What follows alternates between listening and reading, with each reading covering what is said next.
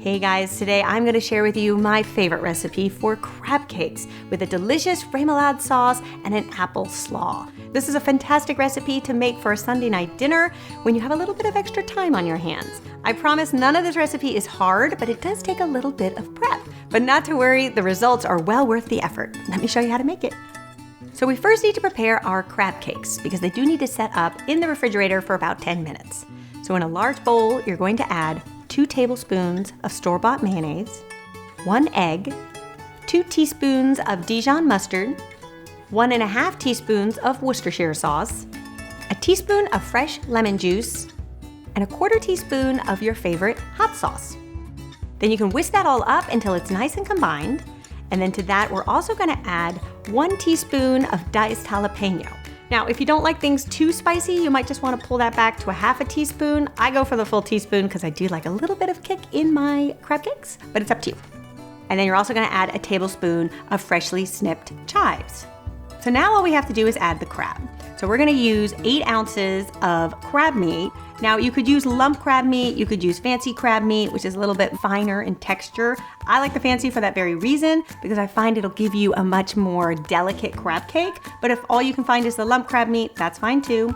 And then to that, we're also gonna add 1/2 cup of panko breadcrumbs. Now you could use regular breadcrumbs if that's all you could find, but I really like the panko because I think it gives it a really nice crunch.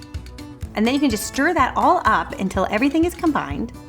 So at this stage, we're then going to take a 1/4 cup measuring cup to parcel out the crab cake mixture. That way, you'll be assured that all of your crab cakes are the same size, which means they'll all cook up at the same rate. So you can go ahead and make 4 crab cakes, just patting them down and molding them into the shape of a little cake. And then you can put that aside.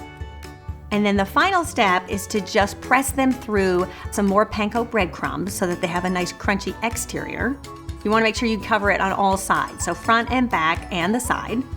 And then you're going to refrigerate this for 10 minutes. Meanwhile, we can create our remoulade sauce. So this is a really great sauce that pairs beautifully with crab cakes. It's a little bit sweet, a little bit savory. The origin of this sauce is French, but I know that it's very popular in southern states like Louisiana, or you may also see it in places like Maryland across the United States. So here's how easy it is to put together.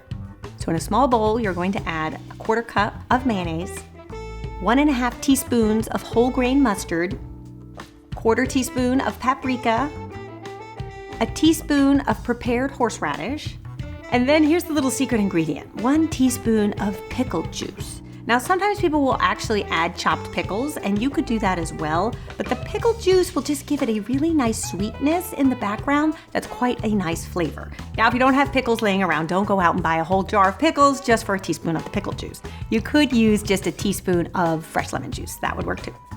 Then you're just gonna whisk that all up until it's nice and smooth and combined, and then you can cover this and pop in your fridge until you're ready to serve.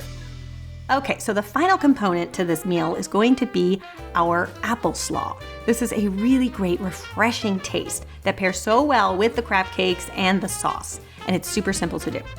So first we're gonna prepare the dressing, which is just 2 tablespoons of sour cream.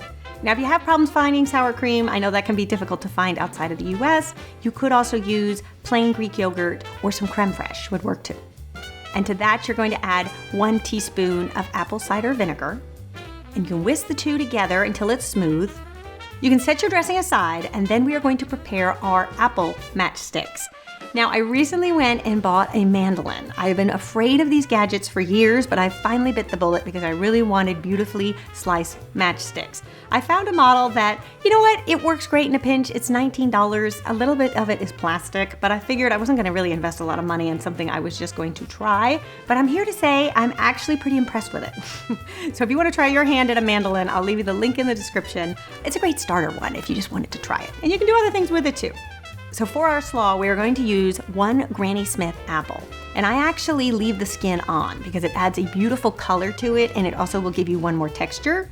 So taking your apple upright, you're just gonna slice off the cheeks of the apple, getting 4 good slices, and it'll leave you with a square core. And then taking the flat side down, you're gonna put it in the mandolin, and I actually have the blade that's gonna make matchsticks, and you're just gonna run it up and back. And at first it's gonna look like it's not actually doing anything, but if you look below, you'll start to have all these beautiful little apple sticks appearing. So you wanna do that with all slices of the apple, and it will provide enough little matchsticks to feed 2 people. If you don't have a mandolin, you certainly can make this recipe by just slicing up apples. That would work too.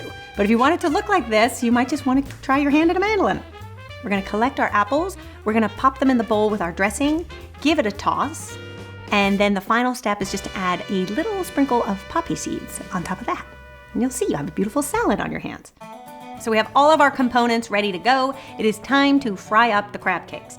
Now with this, there's 2 ways to go. You can either put it in a shallow skillet with some cooking oil and fry them on each side until crispy, or what I recently tried is an air fryer. And I have to say, I am pretty impressed with these air fryers. So we're gonna set the air fryer to 360, and you don't even have to preheat it. We're just going to open the little basket, put our crab cakes in. You wanna make sure that they don't touch so that they don't stick, but you don't have to put any oil in it. Then you just slide them into the fryer, and then set the timer. I'm gonna start at 15 minutes to begin and then check on it. So that's the nice thing. While it's frying, if at 15 minutes they look done to you, you could just take it out. Or if you want them extra crispy, you could go another 3 minutes for 18 minutes. And once you pull them out, you'll see they're nice and crispy and no oil was used whatsoever, which also makes it really easy to clean up because you don't have to get rid of all that oil. And then we are going to put them on a plate.